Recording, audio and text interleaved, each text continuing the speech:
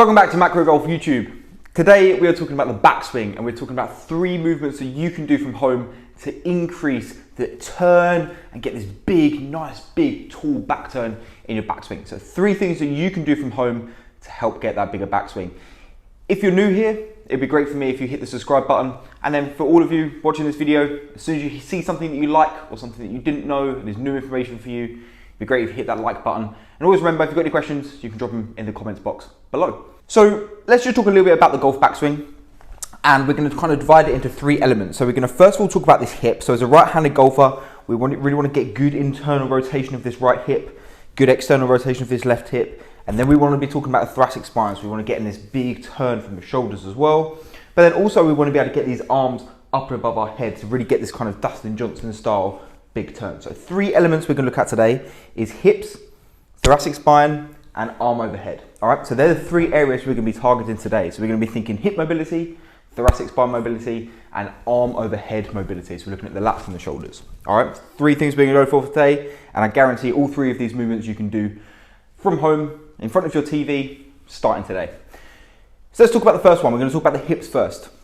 I'm going to take you through what is my favorite hip movement, and that's something that I do regularly, pretty much every day in front of the TV, and it's something that I recommend all of my clients do daily. Whether at home watching Netflix, do whatever, you can just jump down off the sofa and get this move done. So it's what I call the ultimate stretch. I'm going to take you through it now. So you would do this on both sides, and it's going to take around 2 to 2.5 minutes on both sides. So within 5 minutes, you can get some really good work done on your hips. So the first thing we're going to do, I'm going to start my left leg, and we're just going to come into like a low lunge on this left leg. So I've got my right leg behind me. I'm making sure that my right knee is behind my right hip. So I'm getting a stretch on this right side as well. But now we're thinking about this left side hip.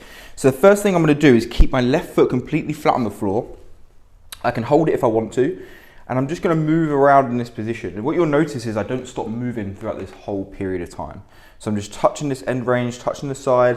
And this is what I call the ultimate stretch. So we're going to spend around 30 seconds in this position. Once your 30 seconds are done, what you can then do is I want you to think about moving your belly button as far away from this knee as possible. So you can either turn your hands away, pull your belly button away from you, or you can even use your hand to push that knee away. But again, we're not going to stop moving, and we're just going to shift around, moving our belly button away from us. Moving into end ranges. The third position is we're then thinking about pulling our belly button towards this knee. So we're going to bring belly button towards the knee. I can use my hand on top of the knee to pull that round a little bit more if I want to, and work around in this position. And then the final position is I'm actually going to cross this left leg over to the right hand side, let this knee drop out, let my foot go onto the outside of my foot, and I'm just going to move around now in this position as well. So I would spend 30 seconds here, 30 seconds here, 30 seconds here, and 30 seconds in that position there, okay? So if we add that up, we're looking at around 2.5 minutes on that side, and then I'll obviously repeat that on the next leg. You'll find that within that first 2.5 minutes, if you were to stand up or go into a deep squat, that one side is going to feel so loose, so free. And you know what? When you get back and practice your golf swing, you're going to feel some extra room in that hip. Okay, stage number 2. We've worked on the hips. Now we're going to work on the thoracic spine. So we're thinking about this top half and thinking about the shoulders being able to move away from these hips, right? So I've got a foam roller here. We're not going to use it as a foam roller. You don't need a foam roller, but I just like it as a bit of extra tool for this exercise. And what we're going to do is we're going to come onto our knees, place one hand on the floor, and we're going to place the roller down in front of us. Now, if you don't have the roller, don't worry. That can be thrown away. You don't need it. What you're going to do from here, you're going to place one hand on top of the roller, or if you don't have the roller, just move your hand as you would, and you're going to roll this arm through and underneath you. So I'm going to try and keep my hips quite level, and all I'm going to do is I'm going to roll this roller down and underneath me, trying to drop my left shoulder down towards the mat. I can hold this position for a few seconds, take a few deep breaths, really trying to take control of my breathing, and then I can come back up and back through, and I can repeat a few of these on each side, but really making sure I'm getting good control of my breathing all the way through. So if you didn't have the roller, it would just look the exact same. So just instead of the roller, you would just reach through with this arm, really trying to reach that arm as far around as you can, really trying to get this big turn of the shoulders, okay? And that is how we'd work on this next segment. To take that a little bit further, once you've got control of that, we can go roll through, really get this good stretch. And then what we can do is actually bring this arm all the way back, round, and up to the sky. So once you've got that first movement, you can then add these big reaches in as well. And now we're getting full range of this segment. So reaching through and coming up, but really try and keep your hips nice and stable all the way through that move. So I'd recommend spending about 30 seconds on one side, 30 seconds on the other side, and then go back for a second set of 30 seconds and 30 seconds. And within that 30 seconds, you might get 5 to 6 rolls all the way through on each side. Okay, so the hips are feeling good. The torso is feeling good. Now we want to work on getting these arms up and above our head. So we think even if we've got really good hip turn and really good shoulder turn, if our arms are wrapping around us like this, we're going to struggle to get that really nice big back turn. So now we need to think about getting this movement for the arm up and above the head, right? So to do this, we're going to use a golf ball. Now you can use a massage ball if you've got one, but I understand that not everybody's got a massage ball. So if you've got a golf ball, that's going to be perfect for this session.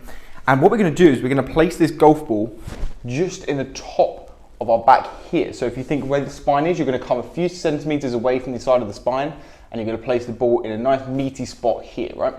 You can go, and there's kind of a big range that we're going to get some good work done in this area. So just find a spot that feels nice for you or feel like you're going to get some work done. And then next time when you try it, try a different spot. But this is the area we're going to work along. And what we're going to do is we're going to place this ball in that area, and we're going to lay down onto the ball. So I've got this quite high up in my back. And once I've got that placed, I can lift my legs up and apply some pressure down into the ball. Once I've got that, so I've got the ball on my right hand side, I'm going to take my right arm up, reach it across to my left hip, and then I'm going to reach my right arm up and above my head. And all I'm going to do is just repeat this movement a few times in this position. So I want you to go for around 7 to 8 repetitions in one spot, and then you can actually move around, get into a second spot, and again 7 to 8 repetitions. But I want you to accumulate around 2 minutes on each side. So you would do 2 minutes on your right side and then move for 2 minutes on the left side. This is going to really help our movement of being able to get our arm up and above our head. So there we have it. There's your 3 movements to go from home. All of these can be done in front of the TV while you're sat at home watching Netflix, but they're really going to help you improve this amount of turn you can get in your backswing. So remember, we worked on the hips to start off with, then we moved up to our thoracic spine and our shoulders, and now we moved on to the final movement, which is being able to get these arms up and above our head. And when we put all 3 of those together, we can get this nice big turn that I know so many of you are after. So if you like that video, it'd be great for me if you hit the like button. If you've got any questions at all, just drop them in the comments box below. But until then, guys, I look forward to seeing you in the next video.